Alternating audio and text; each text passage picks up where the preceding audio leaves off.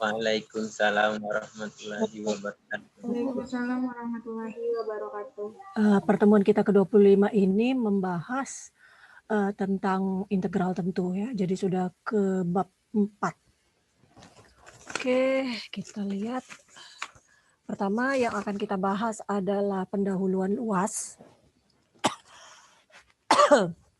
Jadi integral tentu itu berhubungan dengan luas dan kemudian kita lihat juga bentuk integral tentu. Oke, sebentar Ibu siapkan dulu.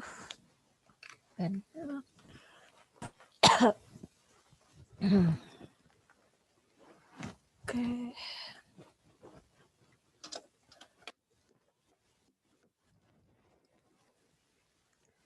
Share screen-nya.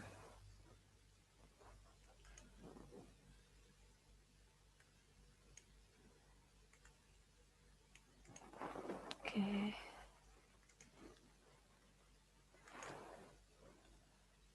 Ada beberapa slide yang Ibu masih keliru tulis judul-judul pertemuannya ya.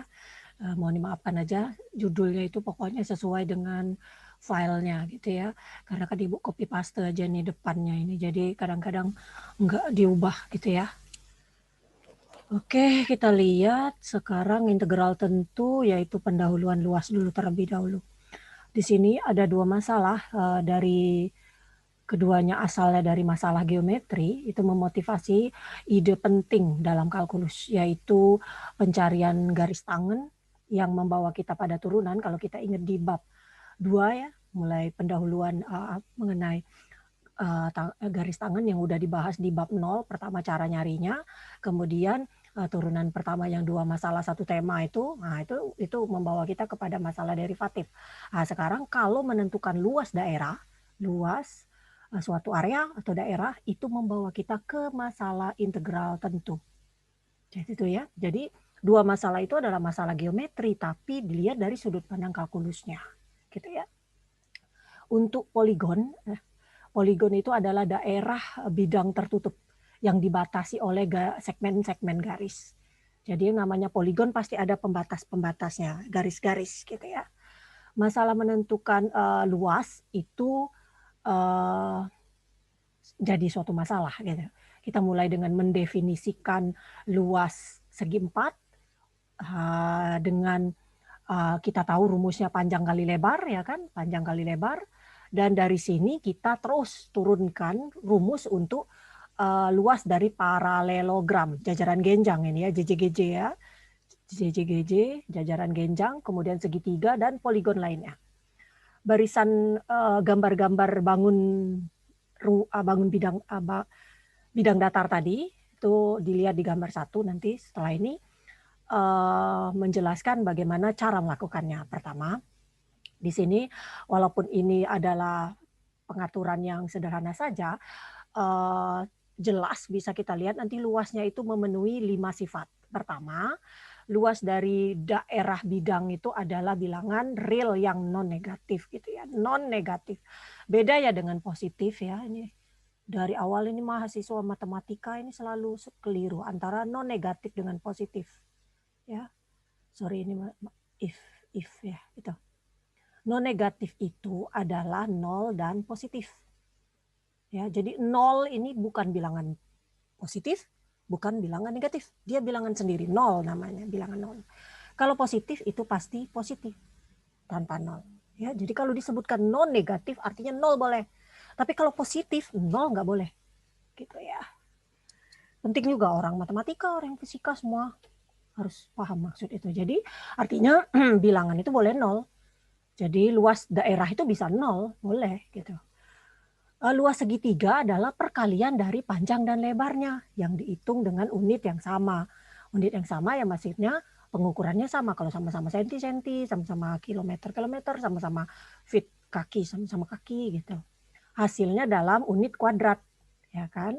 Misalnya kuadrat dari kaki atau kuadrat dari sentimeter kuadrat atau sentimeter kaki kuadrat gitu ya.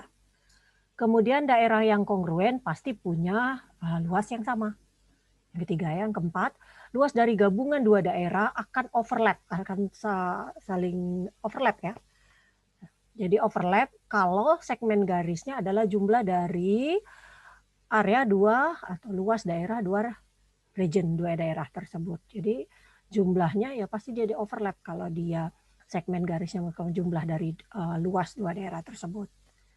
Yang kelima, jika satu daerah termuat di daerah kedua, maka luas dari daerah pertama itu pasti kurang dari atau sama dengan daerah kedua, ya kan? Kalau dia termuat, jadi bisa sama atau pasti kurang dari gitu, nggak akan mungkin lebih dari. Gitu. Berarti bukan termuat dong kalau dia lebih dari, gitu ya. Oke, nih kalau kita lihat nih rectangle persegi panjang ya, kita lihat kan rumusnya panjang kali lebar, panjangnya L dan lebarnya W. Kemudian paralelogram atau jajaran genjang yang warna biru ini, cara ngitungnya ya kan memandang dengan sebagai persegi panjang juga dikali H. H-nya itu harus tinggi ini gitu ya. Jadi kita harus tahu tinggi ini. Gak bisa bukan yang miringnya gitu, tapi yang ini garis ini. Ini H-nya. Kemudian segitiga berarti setengah B kali H ya kan. Di sini asalnya dari triangle juga. Asalnya dari jajaran genjang. Poligon nih, kalau poligon segi banyak gitu ya, segi banyak ini poligon nih. Berarti kita jumlahkan semuanya.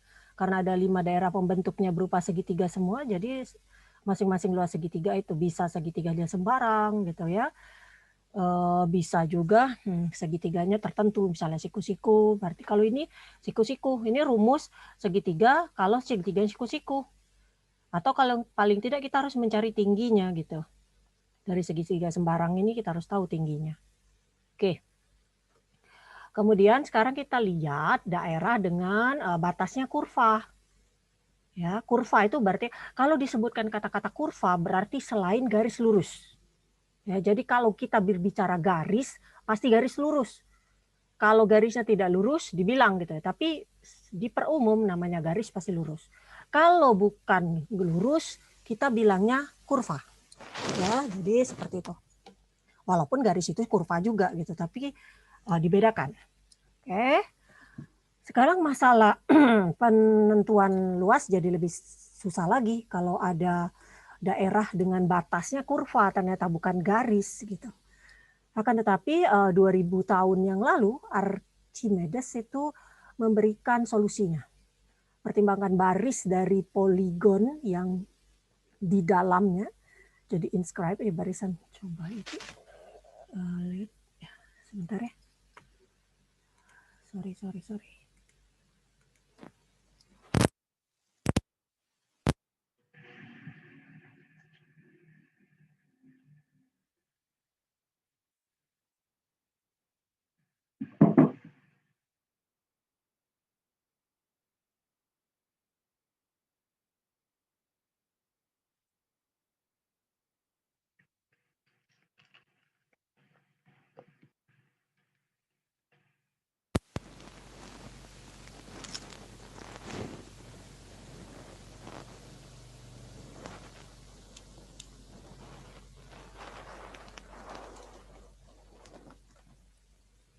Ya, jadi arti inscribe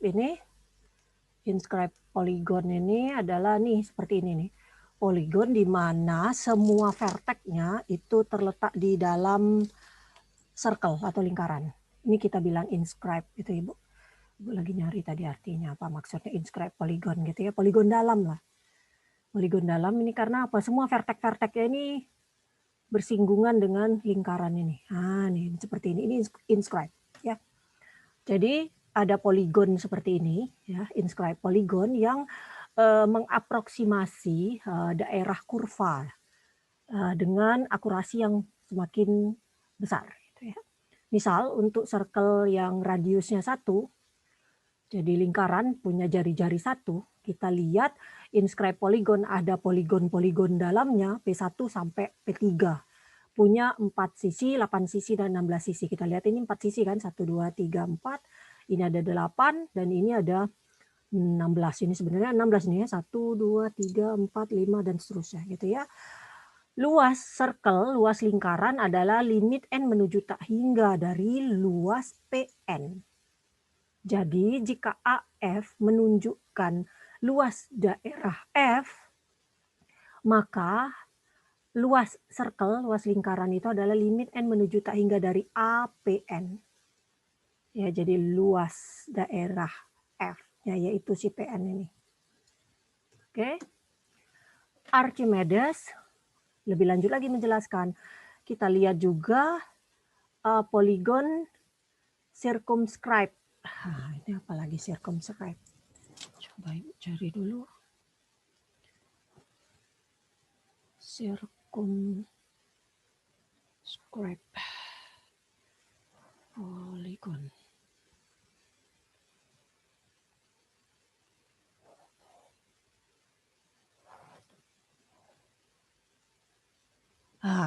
Jadi circumscribe polygon itu adalah poligon konvex yang memuat inscribed circle gitu ya. Jadi yang di dalam circle. Sama seperti itu. Jadi circumscribe polygon itu berarti yang seperti inilah. Jadi yang di dalamnya itu lingkarannya gitu. Ya, terbalik gitu ya. Oke, nah kan kalau tadi kan lihat, jadi poligonnya di dalam poligon luar lah, kira-kira poligon dalam poligon luar lah. Ini poligon dalam dan yang ini yang di luar poligonnya. Ya kan? Di gambar T1 sampai T3 kita bisa tunjukkan bahwa kita bisa mendapatkan nilai luas yang sama untuk circle dengan lingkaran dengan radius 1 dikatakan pi kapanpun kita gunakan poligon dalam atau poligon luar. Nah, gitu. Jadi ini adalah langkah kecil dari apa yang kita akan lakukan dalam mencari luas. Oke. Pertama, sebelum jauh ke materi pendahuluan luas, kita harus paham dulu yang namanya sigma. Summation. Ya. Ini sigma. Pendekatan untuk mencari luas daerah kurva R itu melibatkan langkah-langkah sebagai berikut. Kita aproksimasi dulu daerah R dengan N rectangle, dengan N persegi panjang. Di mana N persegi panjang itu bisa diambil, bisa memuat R yang membentuk poligon luar atau termuat dalam R yang memuat poligon dalam. Ya gitu ya. Jadi bisa poligonnya nanti di luar, bisa juga poligonnya di dalam gitu. Baru kita cari luas setiap segi 4 tersebut. Jumlahkan luas N segi 4 tersebut. Baru cari limit N menuju tak hingga. Ini 4 cara mencarinya. Cari luas ya. Jadi aproksimasi dulu dengan bentuk rectangle atau segi 4 di daerah tersebut yang bisa menghasilkan poligon luar atau poligon dalam. Kalau luar berarti yang di poligonnya di luar dari daerah tersebut. Kalau dia termuat berarti poligonnya di dalam daerah tersebut. Baru kita tentukan luas, kita jumlahkan, kita cari limit. Jika limit luas dari poligon dalam dan luar sama, maka kita katakan limit ini adalah luas dari daerah R. Gitu. Langkah 3 yang melibatkan jumlahkan luas segi 4 itu membutuhkan perhatian kita pada notasi summation, sigma. Ya, yaitu dan beberapa sifat-sifatnya. Misal kita lihat jumlah ini. 1 kuadrat tambah 2 kuadrat dan seterusnya sampai 100 kuadrat. Gimana cara menyelesaikannya? Kalau 1 sampai 4 sih mudah pakai kalkulator, tapi kalau sudah sampai 100 kuadrat, 1000 kuadrat, wah pusing juga gitu ngitungnya gitu ya. Maka nih bentuk ini bisa juga A1, A2 tambah A3 contoh yang mengindikasikan jumlah dengan cara yang lebih kompak pakai sigma tanda ini. Jadi I sama dengan 1/100 dari I kuadrat dan I sama dengan 1 dari NAI. Ya, jadi ini yang ini, yaitu yang ini adalah I sama dengan 1 sampai N dari AI. Jadi I-nya bergerak nih dari 1 sampai ke N. Ini kan? Dan yang ini adalah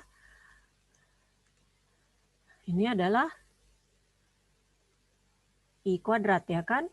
I-nya mulai dari 1 sampai 100 ya kan. Nih. 1 kuadrat, 2 kuadrat, I-nya mulai dari 1 bergerak. Karena dia sigma berarti jumlah. Notasinya seperti itu, ya. Di sini sigma ini adalah sigma dalam Yunani ya. Ini adalah simbol ataupun abjad dalam Yunani ya, sigma. Yang menunjukkan bahasa Inggrisnya S. Sigma itu summation atau sum. Yang artinya bahwa kita menjumlahkan semua bilangan dari bentuk yang terindikasi. Dan indeks I bergerak melalui integer positif. Jadi ini integer aja ya. Jadi 1, 2, 3, dan seterusnya. Nggak ada 1,5, 1,6, nggak ada. Jadi harus integer, bulat. Yang dimulai dari integer yang ditunjukkan di bawah ini. Kalau I-nya mulai dari 1, ya 1 kuadrat tambah 2 kuadrat, karena bentuknya kuadrat. Kalau ini kan A1, A2, A3 gitu ya. Tergantung rumusan ininya. Dan diakhiri dengan integer di atas. Jadi dimulai di integer bawah dan diakhiri di integer ke atas. Makanya kita lihat nih bentuk yang ini tadi kan jadinya nih, karena ini mulainya dari 1, ini 1 sampai 100. Dan yang ini mulainya dari A1 berarti I-nya 1 sampai AN, berarti di sini harus sampai N. Gitu. Jadi kalau bentuk AIBI berarti I-nya A1, karena ini mulai dari 2 berarti A2B2, naik lagi plus A3B3, naik lagi plus A4B4 karena sampai 4. Oke, nah ini kalau 1/J, 1/1 plus 1/2 sampai ke N, berarti 1/N. Kemudian kalau K/K kuadrat plus 1, karena K-nya mulai dari 1, ya terus ditambahkan juga sesuai rumusnya sampai 4. Sampai 4 nih. Jika semua CI di dalam sigma CI ini memiliki nilai yang sama, C ini adalah konstanta ya. C tambah C tambah C tambah C sebanyak N term, sebanyak N buah, maka sigma C I sama dengan 1N adalah NC. Ya, jadi misal nih, ini contoh nih, sigma I sama dengan 1 sampai 2 dari 2. Artinya 2-nya sampai 5 kali ya kan. Nggak bergerak, dia konstanta. Bisa, ya berarti 2 ditambah 2 ditambah 2 tambah 2 tambah 2. Sama aja kan dengan 5 kalinya 2-nya. Ya kan, 10. Ya, maknanya beda ya kan, 5 kali 2 gitu ya. Artinya 2-nya 5 kali. Berbeda dengan 2 kali 5 ya. Ya. 2 kali 5, 5-nya 2 kali. 5 kali 2, 2-nya 5 kali. Sama sih hasilnya, tapi beda maknanya. Ibu jadi ingat waktu itu ada teman ibu, anak SD, minta koreksi gitu. Kawan ibu dari Malaysia gitu kan. Sampai nge-WA gitu. Kenapa jawaban anaknya keliru? Padahal jawabannya sama hasilnya. Kalau ngelihat hasil sama, tapi maknanya berbeda. Jadi 5 kali 2, berarti 2-nya 5 kali.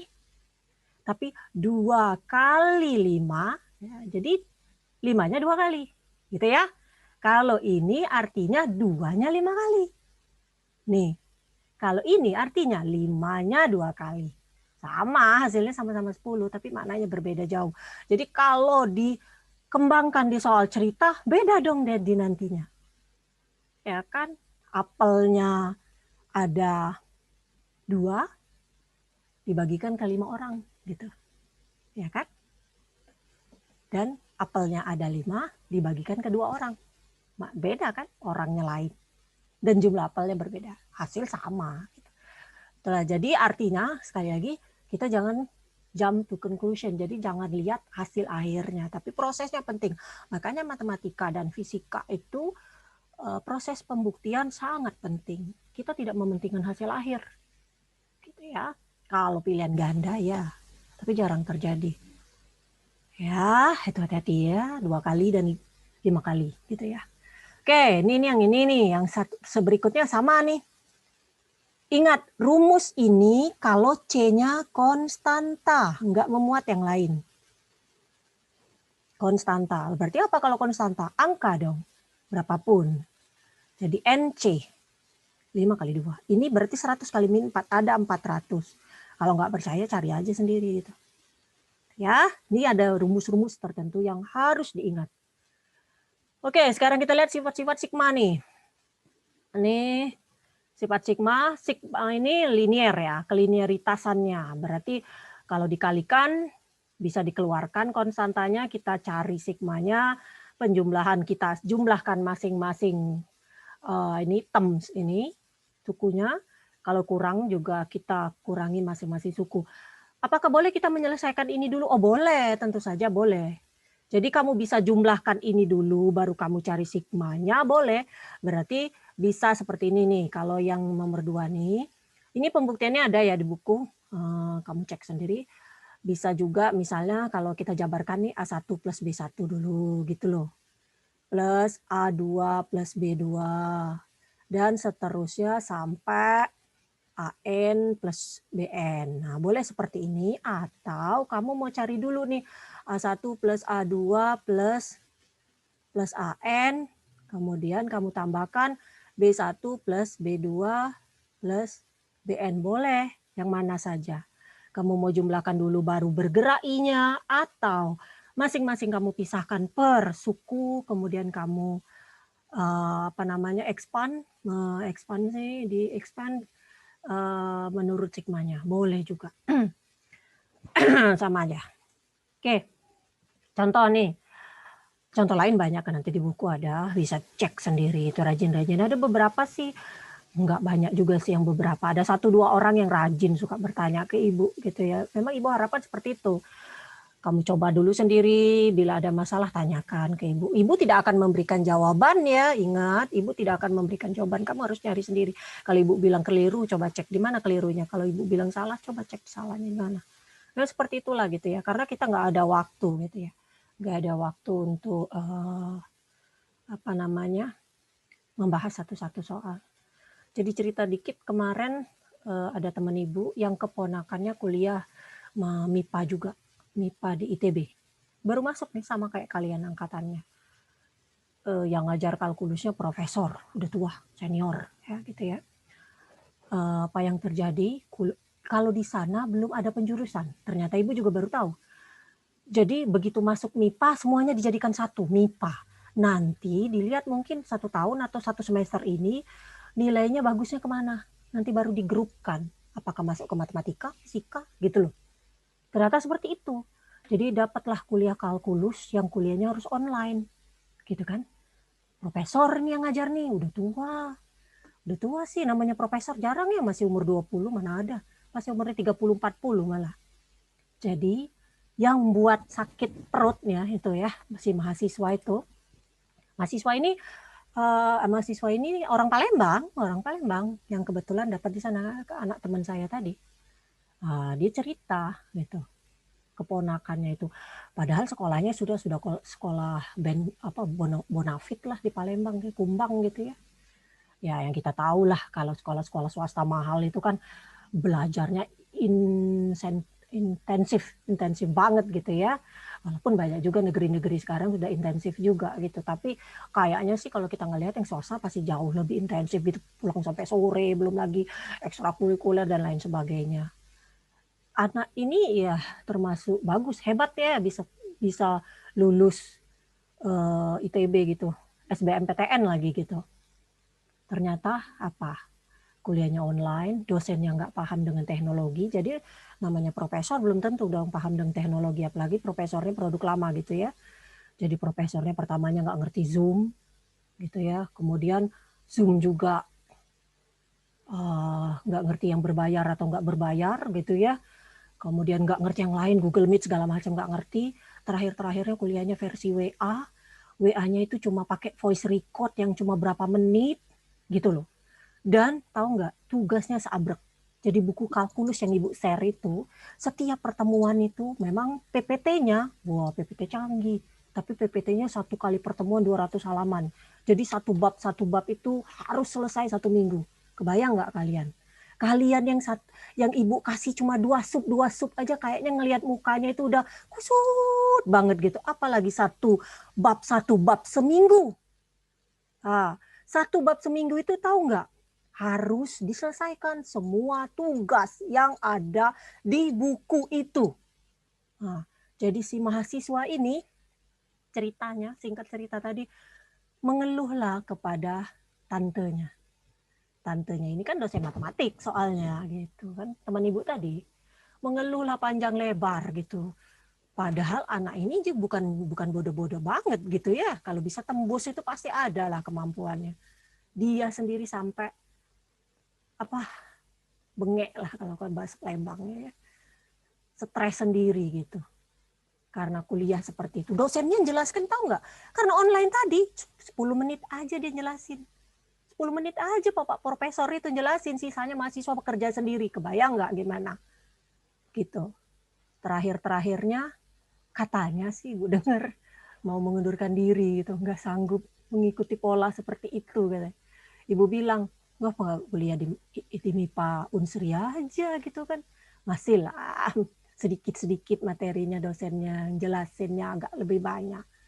Ya, jadi singkat cerita yang namanya kalau bersedia kuliah di universitas-universitas ternama itu, mahasiswa sangat dituntut belajar mandiri. Tidak tergantung dari dosen. Dosen mah jelasin 5 menit, 10 menit cukup. Kalian kerjanya berminggu-minggu, 24 jam, nggak berhenti. Ya, kalau di sini kan nggak, dikit-dikit aja dikasih. Jadi kesimpulannya apa? Mahasiswa tetap harus belajar sendiri, nggak bisa bergantung pada dosen. Ya, nggak bisa bergantung dosen. Saya menyampaikan informasi, kalian ngembangkan sendiri. Oke, kalau ada pertanyaan, permasalahan, kita bisa diskusi sama-sama. Kalau Ibu bisa nolong, Ibu kasih bantuan. Kalau nggak bisa, kita jadikan PR bersama. Ya. Oke, sekarang kita lihat contoh kita tadi. Kalau diketahui, nih, ini rasanya soal-soal seperti ini sudah seringnya muncul di SMA gitu ya, masuk simpel. Kalau diketahui bentuk ini sampai 100 semua nih 60 dan 11, kalau ada pertanyaan gini kan artinya kita tinggal jabarin ya kan menurut sifat tadi gitu. Yang pertama 2A1AI kita pisahkan dulu ya kan per sukunya. Kemudian ternyata ada konstantanya, kita keluarin konstanta ini, kemudian kita kalikan nih 60 gitu. BI-nya 11 gitu dan 4. Kita jumlahin aja tinggal. Gak perlu kamu cari manual ini. Kalau dia I-nya sama 1 sampai 3 sih masih oke lah mencari manual. Tapi kalau sampai 100, aduh. Gitu ya. Jadi diketahui ini tinggal masukkan aja. 4. Sigma 4 kan berarti 100 kali 4. Oke. Berikutnya, collapsing sum. Gitu ya. Ini pembuktian. Ibu tunjukkan satu aja, satunya lagi ada rasanya di buku. Itu Ibu tidak ditunjukkan semua. Buktikan kalau AI plus 1, sigma AI plus 1 min AI itu sama dengan AN plus 1 min A1. Ya. Kemudian kalau I plus 1 kuadrat min I kuadrat itu N plus 1 kuadrat min 1. Ini contoh yang keduanya, dilihat di buku yang contoh pertama ini. Di sini kita harus pastikan bahwa kita mau atau kita berfokus pada keliniaritasan dan menuliskan semua jumlah dengan berharap kita bisa melakukan cancellation. Jadi ada yang dicoret, ada yang sama gitu. Jadi kalau kita lihat nih I plus 1 kalau kita jabarkan dulu ya kan A2 min A1, A3 min A2 gitu ya dan seterusnya gitu ya. Nih. Kan kalau kita lihat kan ini kan bisa di cancel nih. Ini kan bisa cancel dengan ini gitu. A3 ini dengan ini gitu. Jadi di cancel semua. Jadi tersisa lah min A1 ya, kemudian plus A2 gitu ya. Ya, nih nantinya tuh min A2 plus A3 gitu kalau kita ya kalau ini kita jabarkan dulu nih. Kan yang bisa kita lihat nih kan dia di min A1 ini tetap A2 min A2 ini kan tercancelkan ya nantinya. Ini adalah AN plus 1-nya ditambahkan ini kan nih, ini tetap polanya kan seperti ini, min A1, min 1 tetap. Yang ininya nambah, N plus 1, ini kan 2, 3, 4 nih. Jadi menambahkan saja, jadi sama aja AN plus 1 dikurang A1, dijabarkan seperti itu. Itu aja sih, buktikan. Ya, jadi rumus ini tuh bisa jadi seperti ini. Oke, sekarang simbol yang digunakan untuk indeks itu tidak dipentingkan. Jadi sigma 1 sama dengan 1 sampai N dari AI itu sama dengan J sama dengan 1 AJ. Jadi sama. Jadi nggak harus I loh. Bisa J, K, dan lain sebagai. Asal kan di sini sama. Kalau di sini I ya I di sininya. Kalau J, J. Kalau K, K gitu. Ya, jadi semua sigma ini sama, yaitu A1 sampai AN. Untuk alasan ini, indeks itu kadang-kadang cuma disebut sebagai indeks dummy saja. Indeks boneka saja gitu ya, untuk menunjukkan saja. Gak ada artinya. Oke, nah sekarang ini ada yang beberapa yang penting. 4 formulasi ini adalah bentuk summation sigma yang penting, yang harus diingat. Penjabaran, bukan penjabaran, hasilnya. Hasil jabarannya. Jadi berhubungan dengan menentukan luas nantinya. Kalau kita mau menentukan luas daerah, yang penting itu kadang-kadang kita harus ingat sigma dari beberapa bilangan positif n. Dan juga jumlah dari kuadrat, kubik, dan lain sebagainya. Ini kan jumlah kuadrat, kubik, pangkat 4, pangkat 1. Ada formulasi yang yang baik untuk ini, gitu ya. Buktinya didiskusikan setelah contoh 4 gitu kalau mau cek. Pembuktian ini bisa dikerjakan, diselesaikan juga dengan induksi matematika, bisa gitu ya, ada. Jadi kita ingat nih, kalau sigma I jadi 1 tambah 2 tambah 3 dan seterusnya, itu rumusnya ini nih. N dikali N plus 1 per 2, ini kan N-nya. Jadi tergantung N-nya berapa. Kalau I kuadrat berarti N dikali N plus 1 dikali 2, N plus 1 per 6. Kalau pangkat 3 berarti N dikali N plus 1 per 2, dari bentuk ini dikuadratkan. Kalau pangkat 4 nih, N kali N plus 1, 2N plus 1, 3N kuadrat plus 3N min 1 per 30. Pembuktiannya ada. Lihat tuh setelah contoh 4 dia bilang. Ini contoh 3. Nah sekarang kita diminta cari formulasi untuk rumus ini. Kita gunakan kelinieran dan formula 1 dan 2. Karena pangkatnya 2 tadi kan nantinya. Nah, kita kan kalikan dulu nih, berarti J kuadrat min 3J min 10 ya kan. Kita pisahkan. J kuadrat tadi rumusnya nih ya kan, N dikali N plus 1, 2N plus 1 per 6 min 3, J-nya adalah N dikali N plus 1 min 2, 10 ini berarti 10N. Udah selesaikan aja. Berarti kita tinggal ini kelompokkan ini. Kalau sama-sama dibagi N per 6, ya, kita samakan penyebut, ini dikali N per 6, berarti ini adalah 2N kuadrat plus 3N plus 1, ya kan. Ini kalau dijadikan N per 6, ini adalah dikali 3, ya kan. Dikali 3 benar, ini jadi 6, ini adalah 9 ya, 9 per 6, ya kan. Ya, ini 9 per 6. Nah, ini 9 per 6. Makanya 9-nya di sini, 6-nya di sini, N-nya tinggal di sisa ini. Karena kita mau ngelompokkannya N per 6. Nih ya. Min, ya ini kan jadi 9N, N plus 1. Nah, berarti min 9, min 1. Dikaliin tapi jangan lupa min 9. Ya, ini jabarin aja ya, paham ya maksud Ibu. Jadi gini. N per 6. Ini kita jabarkan dulu, N kuadrat plus 3N plus 1. Kemudian yang ini adalah kalau kita kalikan 3 tadi, ya. Kita kalikan 3, kita samakan penyebut, kalikan 3 ini jadi 6, ya kan. 6 bagi 2, 3, 3, 9, ini jadi 9N, N plus 1, kalau kita jabarkan adalah min 9N kuadrat min 9N, ya kan. Min 10. Ini 10, kita samakan penyebut dengan 6 tadi, min 60N, gitu kan jadinya. Jadi total semuanya adalah N dikaliin berarti N pangkat 3 plus 3N kuadrat plus N. Ya. Tambah ini, min 9N kuadrat, min 9N, min 60N. Semuanya dibagi 6.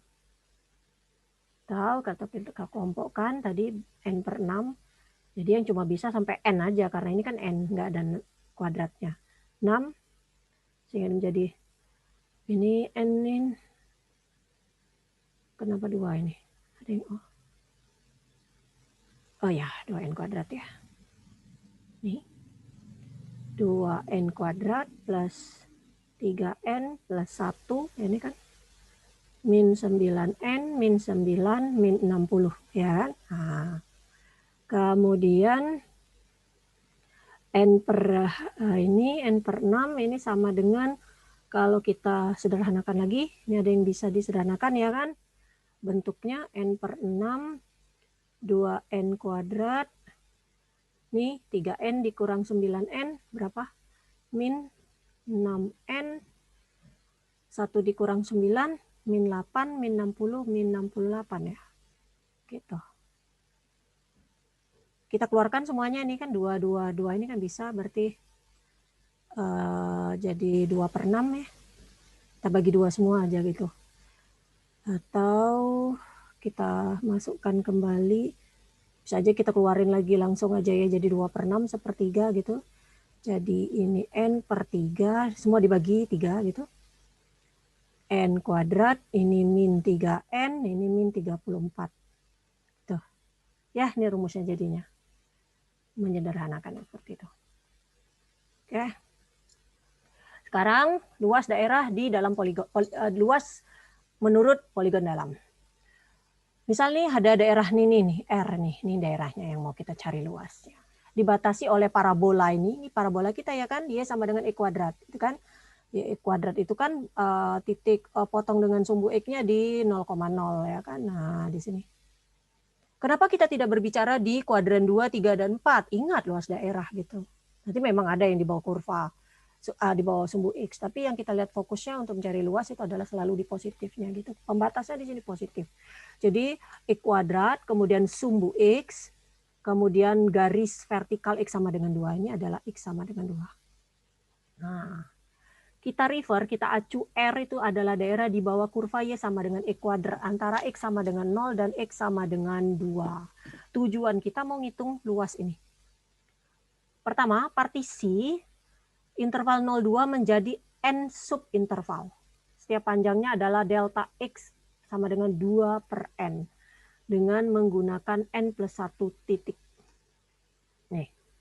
Jadi ada X0 sampai Xn, kita bagi 0 sampai 2 gitu ya, karena intervalnya 0 sampai 2 kan, di soal adalah interval 0 sampai 2. Jadi kita bagi 2/N, sebanyak N buah. Ya nih ya, 2 dikurang 0, 2 menjadi N subinterval. Jadi panjangnya delta X-nya, jadi satu item itu 2/N. Dengan menggunakan N plus 1 titik, berarti 0 sampai 2 nih, X0 kurang dari X1, kurang dari X2, kurang dari X3, sampai kurang dari Xn-1, sampai kurang dari Xn. Bentuknya seperti ini. X0-nya selalu dimulai dari 0. Ya karena batasnya 0 sampai 2. Dan Xn terakhirnya pasti 2. Jadi X1-nya adalah delta X, 2/N. Ya kan kita bagi per 2/N, 2/N. X2-nya 2 dikali delta X, 2 dikali 2/N. 4/N. Dan seterusnya. I berarti 2I/N. Kemudian Xn-1 berarti N-1 kali delta X. Jadi lihat ya rumusannya. Jadi N-1 dikali 2/N. Dan N dikali Xn berarti N per 2/N. Jadi harus sama nih dengan batas-batasnya. X0 ya 0, Xn pasti 2. Untuk soal ini maksudnya. Ya. Sekarang kita lihat segi 4 dengan alasnya XI-1 XI nih. Ini alasnya ya, yang merupakan delta X. Dan tingginya Fxi-1, yaitu nih. Ya. Ini diperluas gambar yang ini itu seperti ini. Fxi-1 ya. Xi-1 kuadrat. Kenapa Xi-1 kuadrat? Ya rumusnya tadi. Fx-nya kan adalah X kuadrat. Kalau Fxi-1 ya berarti Xi-1 kuadrat. Gitu. Luasnya adalah Fxi-1 kali delta X. Kita lihat nih kan rumusnya gitu kan, panjang kali lebar kan. Lebarnya delta X, tingginya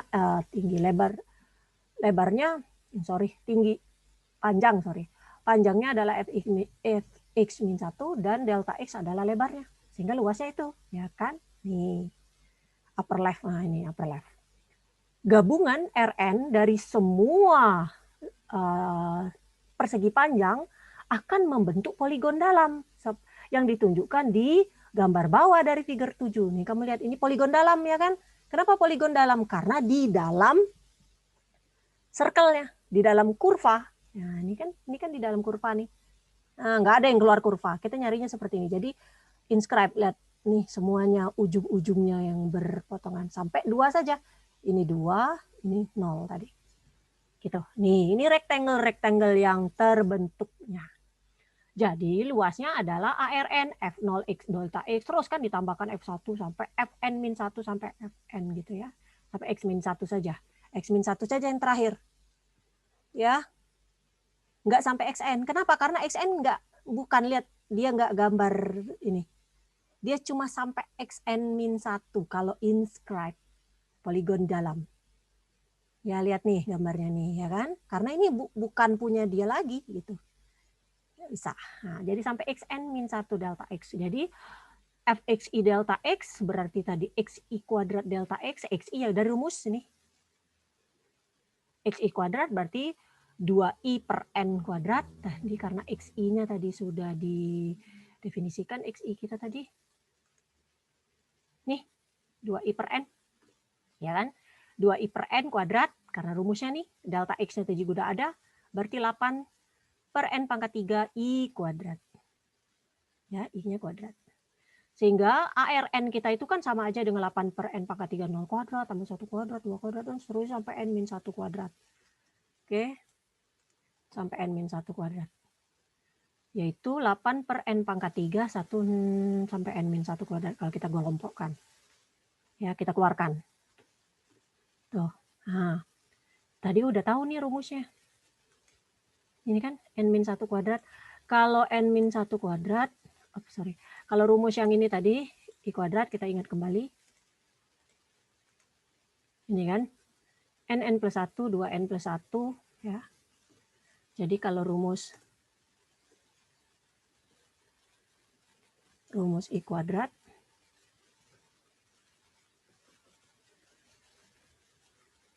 adalah n plus 1, 2n plus 1 per 6. Ya kan? Sekarang kalau i-nya min 1, ini kan rumusnya i min 1 nih, bukan i. Nah, nih. I min 1. N min 1, sorry. N min 1. N min 1. Berarti berubah N-nya menjadi N min 1. N min 1 rumusnya. N plus 1 dikurang 1. Ya, jadi N-nya itu adalah N min 1.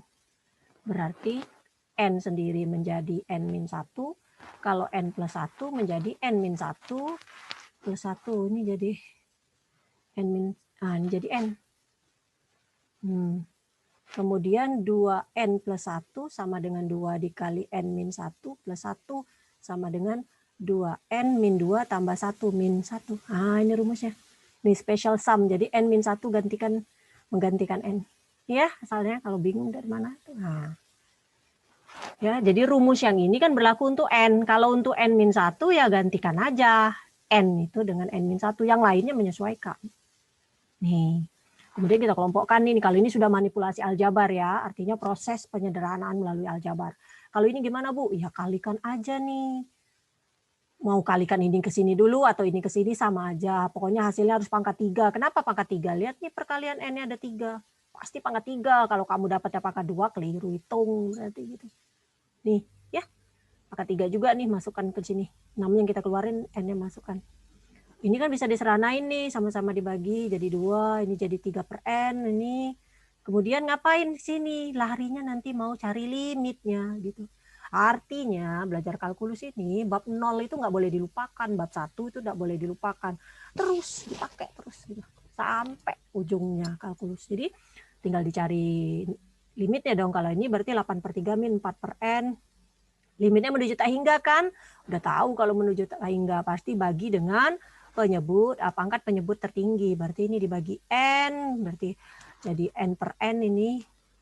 Ya kan, ini kan jadinya 8 per 3 tetap min 4 per N per 1 min plus 4 per N kuadrat per 3. Kalau dimasukkan nih limit tak hingganya, ini aja jadinya 8 per 3 min 0 per 1 plus 0 per 3 berarti 8 per 3. Oke. Nih. Jadi luasnya sama dengan 8 per 3. Ya, nih. Ini ada gambar nih. Gambar ini membantu kita memvisualisasikan apa yang terjadi kalau N-nya bertambah besar, besar, dan besar. Jadi kalau ini Kalau kita bagi 7 nih. 1, 2, 3, 4. Ini ada bagi R7 namanya ya. Lalu luas regionnya 7 kalau besar-besar nih. Kalau ini lebih kecil lagi, lebih kecil lagi. Ya, jadi berbeda nih. Kalau N-nya bertambah besar, nilainya juga berbeda. Ya, gitu. Oke. Sekarang luas menurut poligon luar. Oke, sebentar ya lagi. Sorry, Ibu. Ke belakang dulu.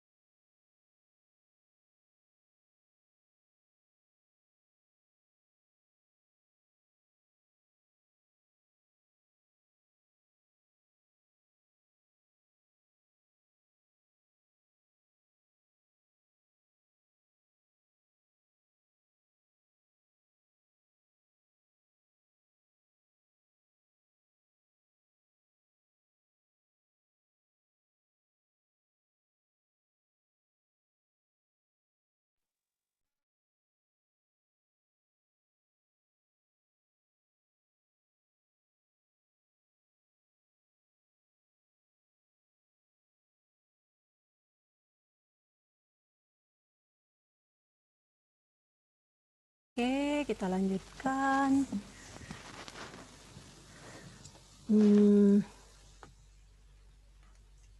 Sekarang kita lihat kalau poligonnya poligon luar. Sini misalnya kita masih belum yakin nih bahwa rumusnya luasnya tadi, buku rumus luas luasnya tadi 8/3. Kita bisa tambahkan bukti lain. Sekarang kita lihat pakai poligon luar. Ya, jadi rectangle segi 4 dengan base-nya XI min 1 sampai XI. Kalau tadi kan, melihat bedanya nih, XI min 1 juga rasanya tapi ya. Nah nih, tetap sama. Tapi bentuknya di dalam kalau tadi, yang ini di luar. Nah nih, ya kan? F-nya jadi FXI, bukan FXI min 1, bukan sebelumnya ya kan? Kita ngelihatnya di setelahnya ini. Nah ini yang kita lihat nih. Nih salah satu kita ambil yang ini misalnya. Nih, nih gitu kan? Ya, jadi ke XN ininya. Ya, FXI ini adalah FXI ini.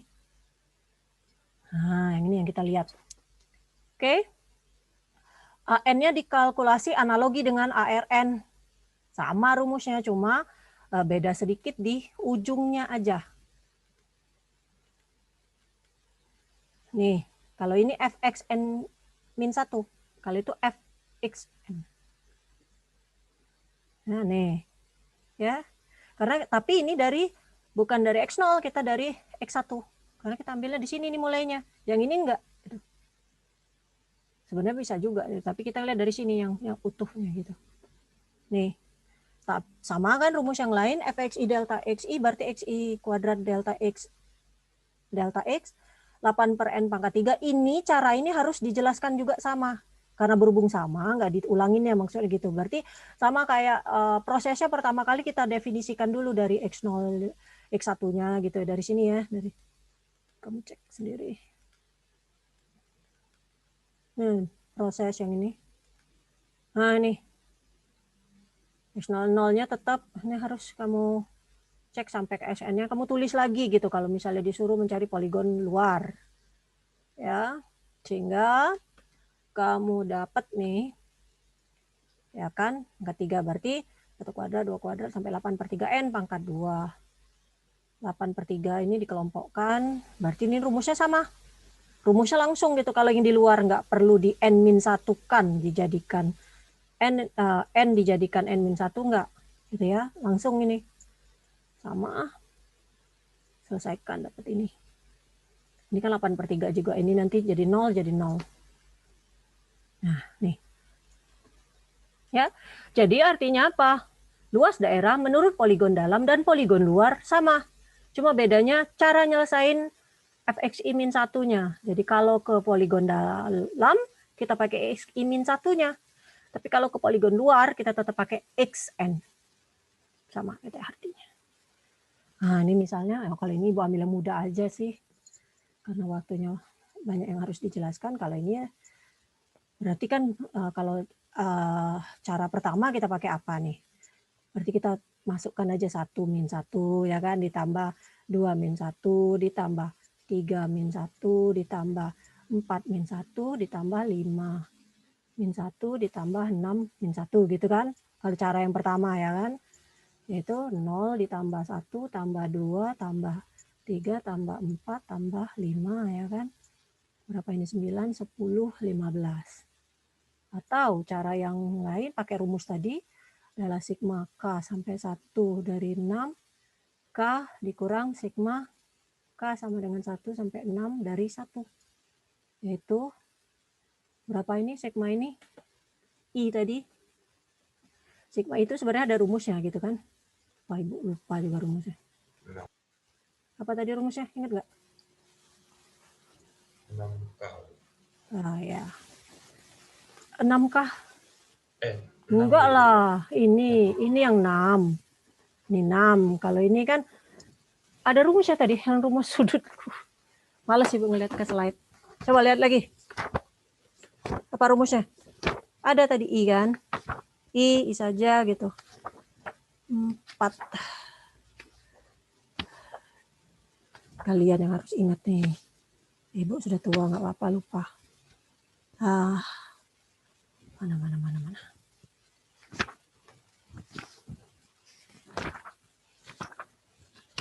Sigma nih. N dikali N plus 1/2 ya. Ya. Ini kan sama aja dengan K dikali K plus 1/2 gitu. Nah, berarti berapa? 6 dikali 6 plus 1/2 min 6. 6 dikali 7/2 min 6. Nih, 3. 21 dikurang 6. Berapa? 15 ya. Nah, sama kan? Kalau hafal rumus, masukkan rumus. Kalau masih sederhana kayak gini sih bisa kita jumlahkan aja daripada salah hitung, itu salah rumus. Tapi kalau ininya sudah sampai 10, aduh capek gitu, pakailah rumus. Ya. Kalau ini I kuadrat, bisa juga nih cara satu tadi berapa? 1 kuadrat tambah 2 kuadrat tambah 3 kuadrat tambah 4 kuadrat tambah 5 kuadrat tambah 6 kuadrat. Coba cek sendiri Bapak hasilnya. Atau pakai rumus.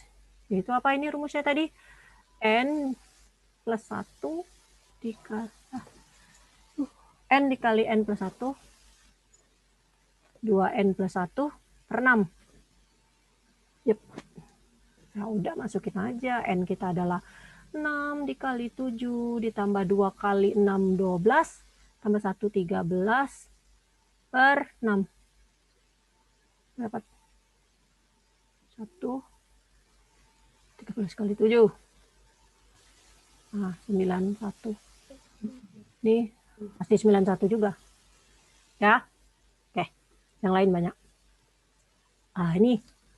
Ini luasnya nih. Coba cari sketch ini. Ini disuruh sketch dulu nih. Graf X plus 1. Kemudian bagi menjadi menjadi subinterval yang sama.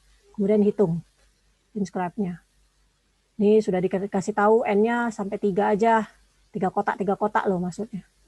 A-nya min 1, B-nya 2. Ya, karena memang N-nya 3, karena 2 dikurang 1, 2 dikurang min 1 itu 3. Sama ini caranya. Ya, sama. Circumscribe. Artinya apa? Poligon luar. Nih, kalau poligon luar gambarkan X plus 1 gimana cara nyarinya? Ya carilah pakai titik-titik kalau nggak tahu, atau kalau mau mudahnya apa? Cari titik potong dengan sumbu koordinat yang paling mudah ya kan? Kalau X-nya 0 berarti Fx-nya sama dengan 1 ya kan? Atau F0 itu adalah 1. Kalau Y-nya Y atau Fx-nya yang 0 berarti berapa X-nya? X plus 1 sama dengan 0, X-nya sama dengan min 1. Berarti ini titiknya adalah 0, 1 dengan sumbu koordinat, dengan sumbu Y ya, berarti X-nya sama dengan 0. Ini dengan sumbu X, berarti Y-nya 0. Min 1, 0. Itu kan cara menggambarkan yang paling mudah itu. Jangan sampai masih mencari beberapa titik. Titik 0, titik 1, titik 2, titik 3. Aduh, nggak selesai-selesai cari gambar grafik yang sederhana gini aja. 0, 1 berarti ini 1 dan min 1, 0. Dah.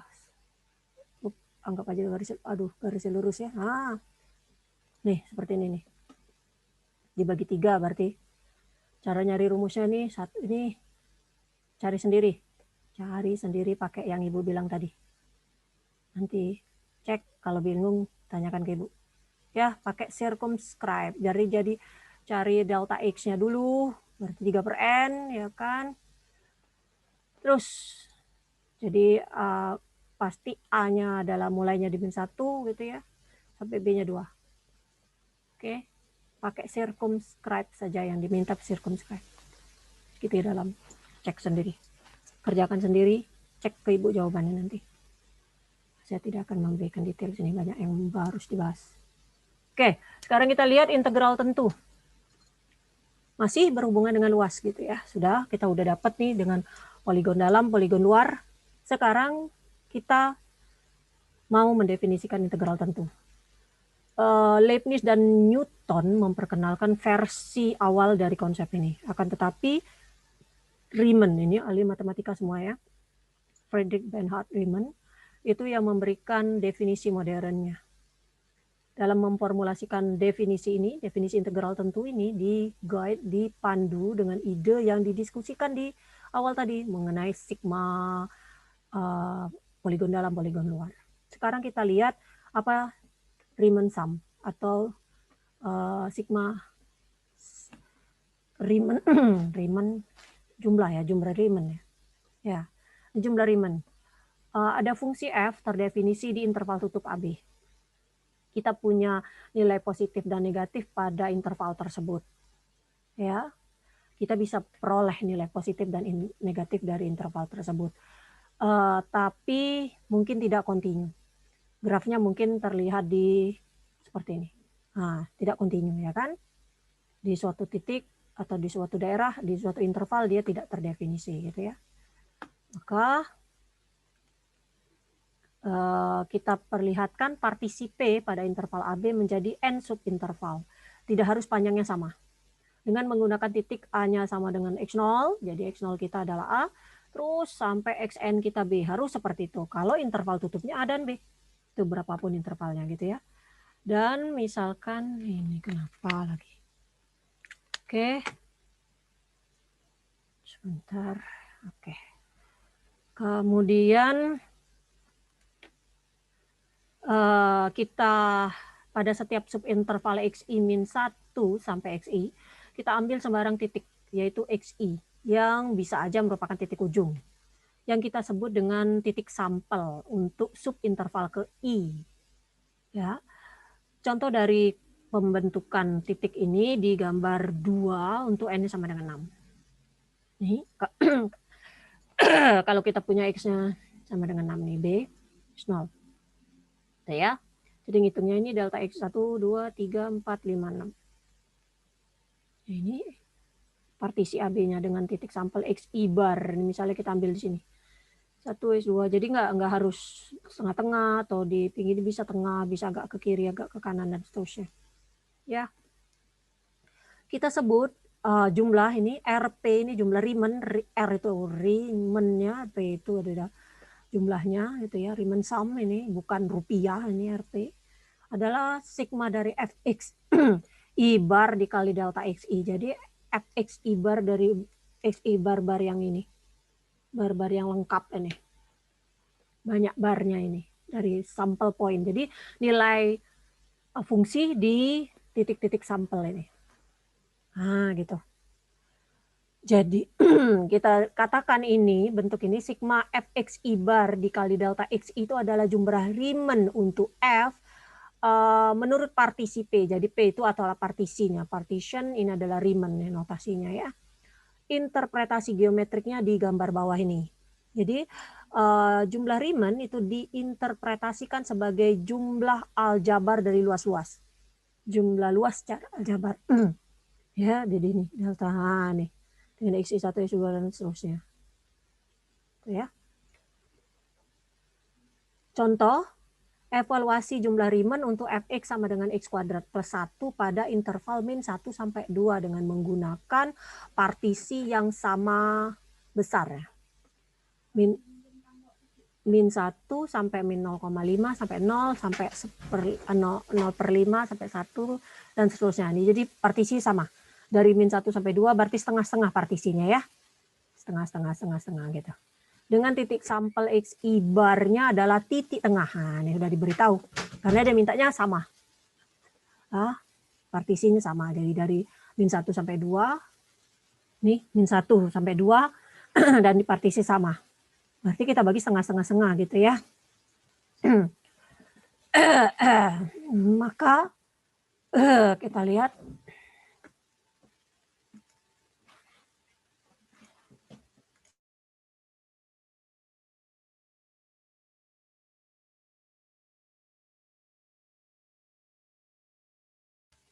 Maka kita lihat ini di gambar ini posisinya seperti ini. Sehingga Fxi bar dikali delta X ya masukkan aja nilai titik-titik tengah ini. Ini kan mulainya dari antara ini dengan ini kan ini titik tengahnya. Ini kan ini adalah interval-intervalnya ya, bukan titik tengahnya. Titik tengahnya ini berarti F min 0,75 ini soalnya. Berarti F min 0,75 yaitu min 0,75 kuadrat ditambah 1 dan seterusnya. 0, ini dicari semua nih. Boleh dalam berapa variabel ya? Biasanya sih 4 digit di belakang koma yang agak lebih teliti gitu ya, presisi gitu. Nah, nih. Ini 0,5 delta Xi-nya. 0,5 ya kan? 0,5 nih. Min 1 sampai 0,5 kan berarti setengah semua ini delta X-nya. Ini delta X-nya. Tuh. Ya, dari sini ini intervalnya udah tahu. Jadi kalau pernyataan soalnya seperti ini. Jadi jumlah Riemann-nya gini. Gitu ya. Oke. Fungsi di gambar 3 dan 4 adalah positif. Gambar kita tadi. Ini 4 dan ini 3 gitu. Nah nih, positif ya. Jadi walaupun negatif ininya masih jadi positif jumlahnya gitu. Sebagai akibatnya jumlah Riemann itu merupakan jumlah dari luas-luas area dari segi 4. Akan tetapi jika F itu negatif, dalam hal ini titik sampel Xi bar punya sifat bahwa Fxi bar itu kurang dari 0. Akan membawa kepada rectangle atau segi 4 yang seluruhnya terletak di bawah sumbu X. Nih, seperti ini. Dan hasil kali Fxi delta Xi akan negatif. Artinya bahwa kontribusi dari segi 4 tersebut pada jumlah Riemann adalah negatif. Nah, kita lihat nih, ini kan A1 dikurang A2, dikurang A3, kurang A4, ditambah A5, tambah A6. Seperti ini kenyataannya. Kalau dia negatif. Karena Fxi-nya negatif pasti kan ke bawah kan nilai Fxi-nya. Gitu. Negatif dikalikan dengan positif, hasilnya negatif juga. Delta X tidak akan mungkin negatif. Selalu positif. Makanya hasil jumlah Riemann-nya untuk daerah ini pasti negatif. Gitu. Nah, Sekarang evaluasi nilai jumlah Riemann untuk ini. Dengan interval 0,5 partisinya adalah ini. Ya. Dan titik sampelnya adalah nih diambil, sudah dikasih tahu semua nih. Udah tinggal masukkan aja rumusnya semua nih. Delta X-nya kan berarti 1,1 ya kan. Delta X-nya berapa? Kalau dia sama, kalau tadi dibilang equally sama, panjang delta X-nya langsung 1 aja. Tapi ini kan beda-beda nih. Ini 1 dikurang 0, ini 2 dikurang 1 min 1, ini 3 min 2 kurang 2, dan seterusnya ini nih. Ya kan? Jumlahin aja, kalikan dapat ini. Positif. Jadi masih tetap positif juga jumlahnya, karena ada yang positif. Nah, ini yang negatif dong. Nah, dikalikan aja. Ya, itu jumlah Riemann. Sekarang definisi dari integral tentu. Misalkan P, partisi tadi ada delta XI dan ada XI, itu adalah artinya yang disebut tadi sebelumnya. Kita misalkan juga panjang P, norma gitu ya, dari P menunjukkan panjang dari subinterval yang paling panjang dalam partisi P. Misalnya di contoh 1 tadi kan P-nya 0,5 ya kan yang paling panjang. Di contoh 2 P-nya 3,2 min 2 1,2 kalau kita lihat ini beberapa. Nah, nih. Ini kan yang paling panjang kan? Nih 1,2. Kalau di contoh 1 adalah 0,5 tadi equally tadi kan sebab. Nah, nih. Kalau equally berarti semuanya sama gitu. Yang terpanjang. Jadi cari delta X yang paling panjang. Yang paling besar berarti nilainya. Oke. Jadi seperti itu. Norm. Jadi definisinya, misalkan f adalah fungsi yang terdefinisi pada interval tutup AB, jika limit panjang dari P menuju 0 dari fxi bar dikali delta xi, i-nya sama dengan 1 sampai n, ada, kita katakan f itu adalah integrable atau bisa diintegralkan. Integrable, jadi f itu dikatakan bisa diintegralkan pada interval tutup AB. Tambahan lagi, kita nulisnya gini. AB fx dx ya kan, dengan batasan A sampai B.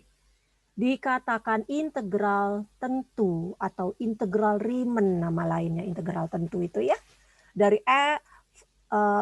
untuk f dari A ke B dikatakan seperti ini. Kalau kita bahasan kita kemarin, anti turunan atau integral, kita berbicara integral tak tentu, tidak punya batas-batasnya, bukan menunjukkan luas daerah. Kalau di sini, nih, luas daerah pada interval tutup. Jadi rumusnya ini sama aja dengan limit juga, tetap limit juga konsepnya, tapi panjang P-nya. Panjang dari apa namanya nih, partisi P yang memiliki subinterval yang paling panjang. Panjang dari subinterval terpanjang. Nah, ini. Ya. Jumlah Riemann-nya. Maksud definisi ini adalah garis finalnya, garis akhirnya. Konsepnya bahwa dalam persamaan menurut diskusi kita mengenai luas gitu ya, akan tetapi di sini ada modifikasi sedikit. Misalnya kalau kita memperbolehkan f bernilai negatif pada bagian AB, kita gunakan partisi dengan subinterval yang mungkin memiliki panjang yang tidak sama, dan kita bolehkan xi bar itu sebarang titik pada subinterval i. Karena kita lakukan perubahan ini, penting untuk dinyatakan secara tepat bagaimana integral tentu yang berhubungan dengan luas. Secara umum, integral dengan batasan AB dari fx dx itu memberikan luas yang bertanda, ya ada sign-nya, dari daerah yang dilingkupi antara kurva dan sumbu X pada interval AB. Yang berarti bahwa tanda positif dikenakan di area di atas sumbu X dan tanda negatif kalau di bawah sumbu X. Jadi kalau dengan simbol kita lihat sini. Area di atas dan dikurang area di bawah. Jadi dikurangi pasti. Gitu ya. Di mana daerah atas, nah ini lihat ini atas up, dikurang down-nya. Arti kata limit dalam definisi integral tentu lebih umum daripada yang kita pakai sebelumnya dan harus dijelaskan. Persamaan limit ini P menuju 0 dari fx delta x I sama dengan L, artinya bahwa untuk setiap epsilon lebih dari 0 ada delta lebih dari 0, sedemikian sehingga mutlak dari fxi delta xi min L kurang dari epsilon ini definisi limit yang secara formal yang sudah kita pelajari di bab 1. Oke, untuk semua jumlah Riemann fxi bar delta xi untuk f pada interval tutup AB, di mana norm atau panjang P dari partisi yang dimaksud itu kurang dari delta. Dalam kasus ini kita katakan limitnya ada dan punya nilainya L.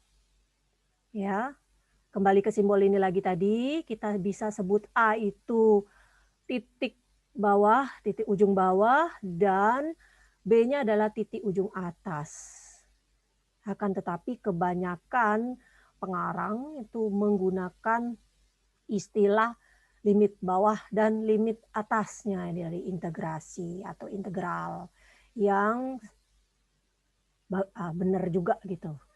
Yang artinya betul, tidak keliru, asalkan kita tahu bahwa penggunaan limit tidak ada berhubungan dengan masalah teknis. Artinya apa? Bukan nyari nilai limitnya gitu ya. Limit itu batasnya aja gitu ya. Gitu. Jadi bukan berarti limit batas bawah limitnya berarti menuju ke suatu bilangan atau menuju tak hingga dari suatu fungsi, bukan itu. Ya, kata limitnya itu hati-hati. Menurut definisi kita dari integral tentu batas AB ini dari f(x) dx itu kita asumsikan A-nya selalu kurang dari B.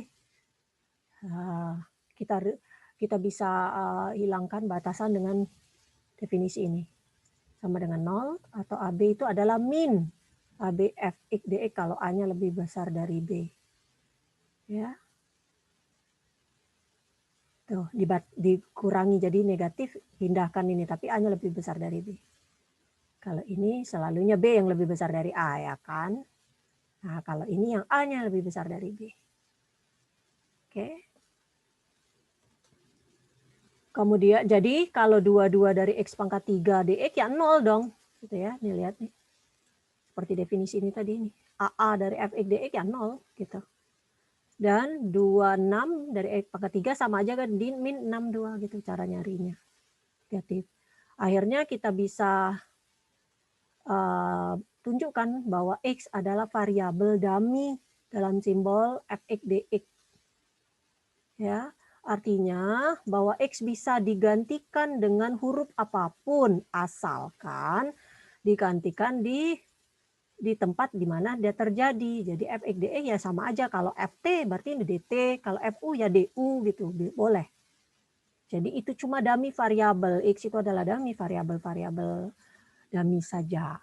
Tidak memiliki arti apapun asalkan digantikan di tempat di mana yang terjadi. Jadi kita boleh aja nulis fx dx, kalau kita mau nulis fw-dw boleh juga gitu. Apakah fungsi menjadi integrable atau bisa diintegralkan? Tidak setiap fungsi itu bisa diintegralkan pada interval tutup AB. Misalnya nih, untuk fungsi yang tak terbatas ini, unbounded ini, X-nya tidak sama dengan 0. Dan 1 jika X-nya sama dengan 0. Kalau X sama dengan 0, 1 gitu. Ya kan kalau kita cari ininya. Kalau tidak sama dengan 0, seper X kuadrat. Jadi yang di gambar 8 ini tidak integrable dia di min 2 sampai 2. Nggak bisa dicari, ini kan naik terus gitu, tapi tidak akan pernah menyentuh sumbu manapun gitu. Open space jadi ruang terbuka gitu ya. Jadi bisa ditunjukkan bahwa ini adalah fungsi yang tidak terbatas dan jumlah Riemann bisa dibuat jadi tambah besar nilainya. Oleh karena itu limit dari Riemann, jumlah Riemann itu tidak ada. Bahkan untuk beberapa fungsi yang terbatas itu juga gagal atau tidak bisa diintegralkan, tapi haruslah yang rumit sedikit fungsinya gitu ya. Ini ada dilihat di masalah 39 latihannya. Teorema A di sini adalah teorema penting mengenai integrabilitas gitu ya. Tidak dibuktikan gitu ya. Teorema integrabilitas. Jika F terbatas pada AB dan jika F itu kontinu di sana kecuali ada kecuali di bilangan tertentu dari suatu titik, maka f dikatakan integrable atau bisa diintegralkan pada integral tutup AB. Secara khusus jika f kontinu pada keseluruhan interval AB, maka akan integrable atau dapat diintegralkan pada interval tutup AB juga. Sebagai akibat dari teorema ini, fungsi di bawah ini adalah integrable di setiap interval tutup AB. Jadi fungsi polinom itu selalu integrable ya. Fungsi polinom, ya misalnya A0 plus A1x plus A2xn dan seterusnya ya, sampai ANxn gitu ya. 2. Fungsi sin dan cos, f sama dengan sin 2x dan seterusnya. Kemudian fungsi rasional adalah apa? Hasil bagi dari fungsi polinom. Asalkan interval AB-nya tidak memuat titik di mana pembagian penyebutnya sama dengan 0. Ya kan? Fungsi rasional itu yang di mana pokoknya hasil pembagian dari dua fungsi polinom, tapi penyebutnya tidak boleh sama dengan 0, itu aja ya kan. Jadi konsekuensinya ketiga fungsi ini adalah fungsi yang bisa diintegralkan. Kemudian cara menghitung integral tentu. Dengan mengetahui bahwa fungsi itu integrable yang bisa diintegralkan, kita bisa ngitung integralnya dengan menggunakan partisi regular, partisi biasa. Yaitu partisi dengan subinterval yang panjangnya sama. Dengan mengambil titik sampel XI di sedemikian cara yang bisa yang memudahkan kita. Jadi kita boleh cari XI-nya dengan cara apapun yang kita buat, mudah. Contoh 3 dan 4 ini adalah melibatkan polinom. Yang sudah kita tahu tadi adalah bisa diintegralkan. Nah, misalnya seperti ini. Kita partisi interval min 2, 3 itu menjadi subinterval yang sama. Setiap titik panjangnya 5/n. Dari mana taunya? Ini kan bagi aja nih 3 min 2, yaitu 5. Jadi pasti 5/n buah. Jadi setiap subinterval xi min 1, xi kita gunakan xi bar sebagai xi-nya.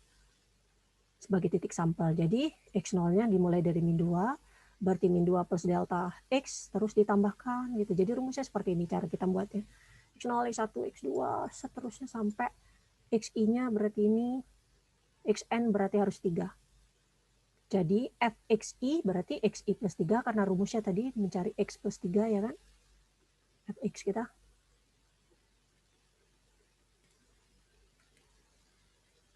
Nih. Ya. Jadi kalau pakai integral Riemann, delta xi, ini fxi sampai n 1 plus i per 5, nah, fxi-nya ini adalah ini, ya kan, masukkan.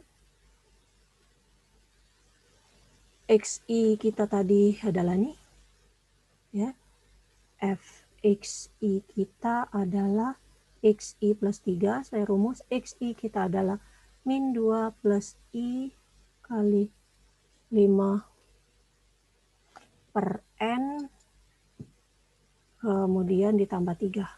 Berarti adalah 1 plus i dikali 5/n, ya kan? Nah, ini kali 5/n, berarti ini 5/n 1, ini dikelompokkan, ini dijabarkan, didistributifkan. Ini adalah n, ini adalah rumusnya ini tadi, ya kan? Oke, ini special sum formula 1. Ini jadi 5, ini adalah n kuadrat plus n, ini kan 25/n kuadrat, n kuadrat plus n per 2, ini bisa disederhanakan jadi 25/2, ini adalah 1 plus, ini sederhanakan jadi 1/n, ya kan? Nih. Karena P adalah partisi regular, panjang P itu akan mendekati 0, akan sama dengan atau ekivalen dengan N menuju tak hingga. Jadi kita simpulkan, nih, limit menuju tak hingganya, berarti ini adalah 0, 1, 5 ditambah 25/2 atau 10/2 ditambah 25/2, yaitu 35/2. Ya. Kita bisa cek karena integral itu memberikan luas trapezoid, ini trapezoid atau apa? Trapezoid itu trapesium. Ya, ini kan bentuk trapesium kan? Ini ada dua sisi yang sejajarnya. Ya, trapesium itu ada dua sisi bukan dua sisi, ada sepasang sisi yang sejajar. Ini luas trapesium adalah setengah dari penjumlahan dua sisi yang sejajar dikali H tingginya. Ini tingginya berarti tingginya lurus. Ya. A tambah B berarti ini setengah, ini 1, ini 6, ya kan? Tinggi ini 5. 1, 2, 3, 4, 5. Nah, sama kan? Jadi kalau menyelesaikan secara kalkulus pakai Riemann, jumlah Riemann hasilnya ini, kalau kita pakai geometri hasilnya pun sama. Asalkan kita tahu panjang-panjangnya. Ini kan panjangnya 1, ini panjangnya 6, dan ini panjangnya 5. Setengah dikali jumlah dua sisi sejajarnya dikali H. Oke. Nah, kita bisa cek juga integral yang diberikan itu adalah rumusnya ini. Oh, ini terulang 2 kali. Sekarang evaluasi ini. Tidak ada formula dari geometri yang bisa membantu kita menyelesaikan ini. Oleh karena itu, kita menyarankan kita bahwa integralnya sama dengan min A1 plus A2, di mana A1 dan A2 adalah daerah di bawah dan di atas sumbu X. Kalau min A1 berarti ini di bawah, kalau A2 berarti di atas. Kita partisi nih, tetap min 1 sampai 3, berarti ada 4 per N. Ya, nih. Ya. Kemudian fxi langsung aja nih, kalau udah ini langsung aja. Fxi-nya berarti 2xi kuadrat min 8 nih soalnya, masukkan sini semua rumusnya. Dapatnya ini. Ya. Nih, sehingga ini udah dapat ya, kita udah dapat delta xi-nya, fxi-nya. Jadi kita cari xi-nya, kita cari fxi-nya karena kita mau cari jumlah Riemann-nya. Fxi bar ya fxi-nya, masukkan rumus ini tadi ya kan, min 0 min nih, masukkan dikali 4 per n karena delta x. Ya ini harus dilakukan untuk mencari summation tadi, cari sigma tadi pakai rumus-rumus sigma. Nih. Dan seterusnya nih cek sendiri, ini rumus-rumusnya udah jelas nih. Masukkan aja, tinggal gunakan manipulasi aljabar.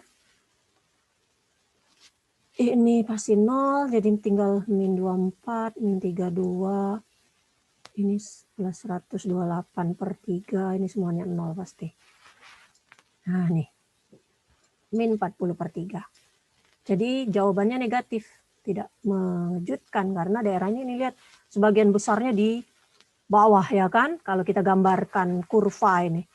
Ini kan kurva parabola nih, mudah menggambarkannya seperti ini. Titik potong dengan sumbu Y-nya, sumbu X, Y-nya sama dengan 0. Berarti 2X kuadrat sama dengan 8, X kuadrat sama dengan 4, berarti X min 2. Nah, ini kan min 2 plus 2. Ya kan, karena tadi cuma batasnya min 1, 3, jadi sampai sini ada. Nah kan, kemudian kalau titik potong dengan sumbu Y, X-nya sama dengan 0, min 8 sama dengan min 8, berarti di min 8 ini, ya kan, min 8,0 ini. Jadi titik potongnya memang benar seperti ini. Wajar jadi paling besar, dilihat daerah yang birunya lebih tebal daripada biru muda ini, kelihatan memang daerahnya lebih besar di bawah. Wajar nilainya negatif. Jadi secara grafik kita buktikan memang benar jawaban kita secara kalkulus. Itu ya. Kemudian kita lihat sifat penjumlahan interval. Definisi integral tentu tadi dimotivasi oleh masalah luas dari daerah kurva. Sekarang untuk dua kurva R1 dan R2 di halaman 11 ini, di gambar 11 ini, kita misalkan R1, R itu adalah gabungan dari R1 dan R2. Jelas bahwa AR adalah AR1 gabung AR2 ya AR1 tambah AR2 ya kan, luas ini ditambah luas ini.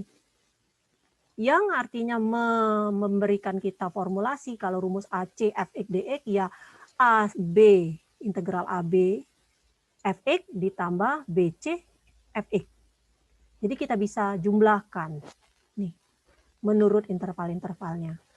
Jadi bisa kita buktikan bahwa ini tidak menunjukkan suatu fakta mengenai integral karena diskusi mengenai luas di bagian 41 tadi itu informal. Dan kedua, diagram itu harusnya kalau F-nya positif. Gambarnya menunjukkan F positif, tapi sebenarnya nggak harus positif gitu kan.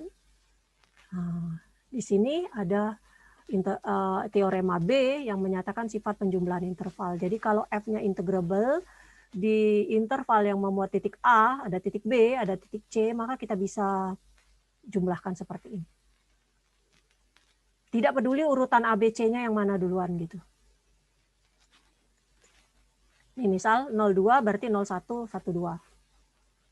Ya, tapi boleh juga 02 itu 03, 32, boleh juga gitu. Yang penting ujungnya sama gitu, 2. Ya. Oke, ini integral Riemann. Ini sudah Ibu kasih jawabannya nih ya. Sama tadi kan Ibu bilang cari XI-nya, kemudian cari FXI-nya, kemudian samakan bahwa XI bar itu sama dengan FXI. Ya udah cari ini. Delta XI-nya udah tahu, bagi aja nih. Karena ini kalau ini berbeda-beda ya dibagi satu-satu ya kan. Kan pakai rumus aja nih langsung F3 tambah ini tadi kan totalkan semua seperti contoh yang pertama sekali. Dan seterusnya untuk luas daerah bisa dicari sendiri. Nah, diselesaikan sendiri. Coba kalau ada mentok boleh ditanyakan ke Ibu. Ya, sampai sini ada pertanyaan. Jadi Ibu rangkumkan.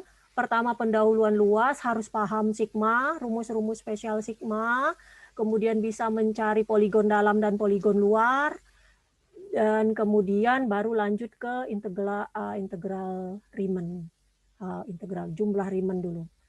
Jumlah Riemann itu dasarnya dari poligon dalam dan poligon luar juga mirip gitu cara mencarinya. Dan integral tentu tadi dengan menggunakan jumlah Riemann juga, ya, mencari daerah di bawah kurva. Oke, dan beberapa teoremanya. Ada pertanyaan sampai sini? Kalau tidak ada, Ibu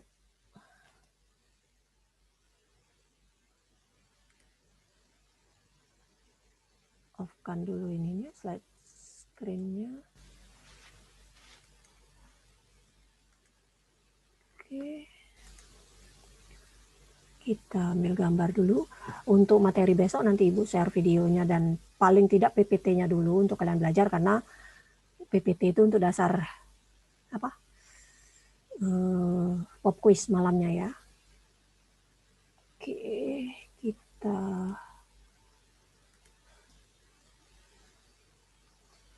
ambil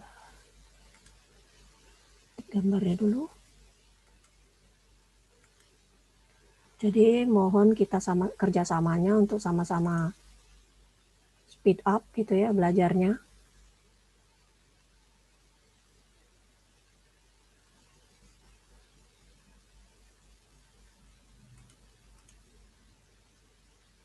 Oke, sebentar Ibu ambil screenshot-nya.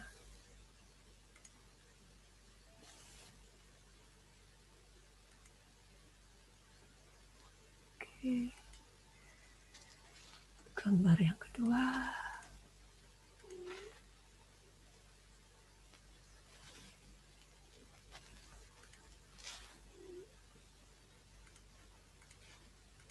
Gambar yang ketiga.